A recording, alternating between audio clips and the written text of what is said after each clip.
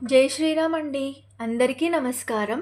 ఈరోజు మనం భగవద్గీత మహత్యము తెలుసుకుందాం. భూమి ఇలా అడుగుచున్నది, ఓ భగవంతుడా, ప్రారబ్ధ కర్మానుభవంలో మునిగిపోయిన పాపులకు చెలించని భక్తి, రహించని ముక్తి ఏ విధంగా లభిస్తాయి అని విష్ణుమూర్తిని భూమి అడుగుతుంది. విష్ణువు దానికి ఇలా సమాధానం చెబుతాడు.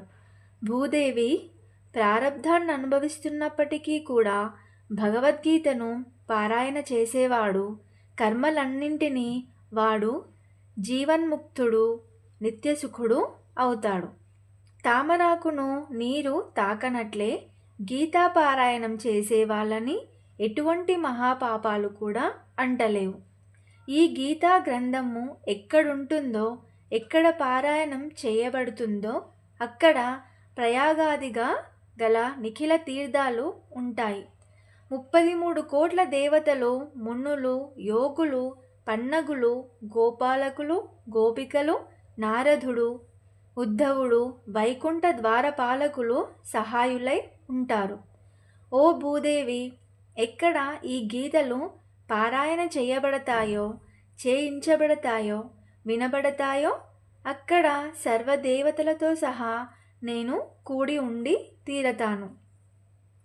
గీతాశ్రయో హంతిష్టామి, గీతా మే చోత్తమం గృహం, గీతా జ్ఞానముపాశ్రిత్య త్రిన్లోకాన్ పాలయామ్యహం, గీతా మే పరమా విద్యా బ్రహ్మరూపా న సంశయః, అర్ధమాత్రాక్షరాన్నిత్యా స్వనిర్వాచ్య పదాత్మికా, చిదానందేన కృష్ణేన ప్రోక్తా స్వముఖతోర్జునం, వేదత్రయీ పరానంద తత్వార్థః జ్ఞానముంజసా, योऽष्टादशजपेन्नित्यं नरो निश्चलमानसः, ज्ञानसिद्धं च सलभते ततो याति परं पदं, पारे समर्थसम्पूर्णे तदर्थं पाठमाचरेत्, तदा गोदानजं पुण्यं लभते नात्र संशयः, त्रिभागं पठमानस्तु गङ्गास्नानफलं लभेत्, षडंशं जपमानस्तु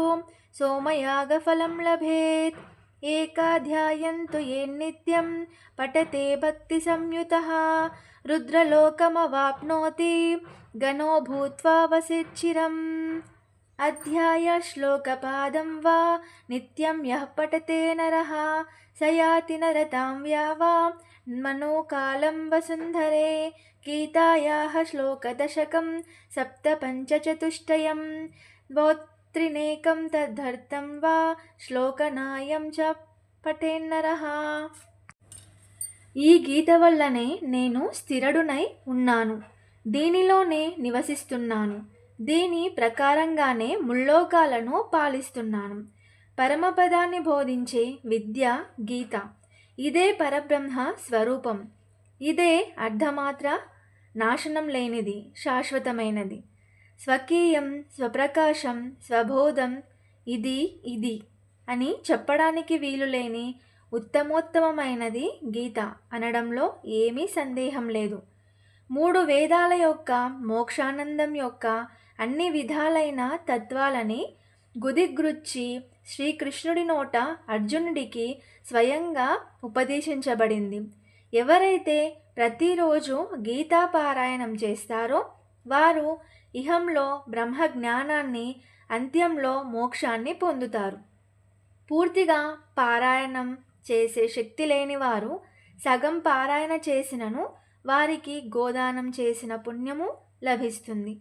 3వ వంతు అనగా 6 అధ్యాయాలు పారాయణ చేస్తే గంగా స్నానం ఫలం, 6వ వంతు అనగా 3 అధ్యాయాలు పారాయణ చేస్తే సోమయాగ ఫలం లభిస్తుంది.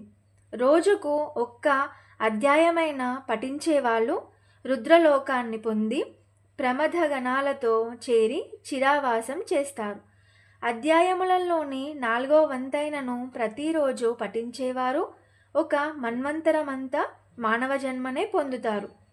10 శ్లోకాలను గాని, 7 గాని, 5 గాని, 2 గాని, తుదకొక్కటి గాని, శ్లోకంలోని సగం గాని ప్రతిదినం భక్తితో చదివే వాళ్ళు 10,000 సంవత్సరాలు చంద్రలోకంలో ఉంటారు.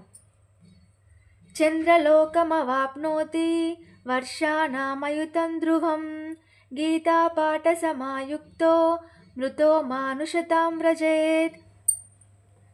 గీతాభ్యాసం పునః కృత్వా లభతే ముక్తిముత్తమాం. గీతే క్షత్యక్షచ్చారా సంయుక్తో మ్రియమాణో గతిం లభేత్.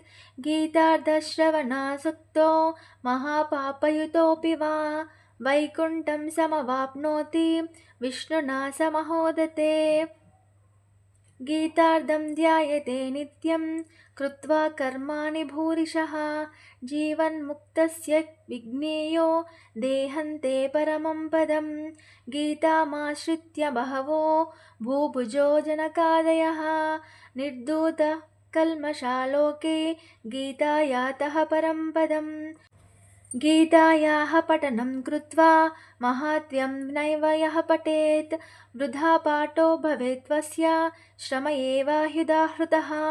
ఏతాన్మాహత్య సంయుక్తం గీతాభ్యాసం కరోతి యః స తత్ఫలమవాప్నోతి దుర్లభాంగతిమప్నుయాత్.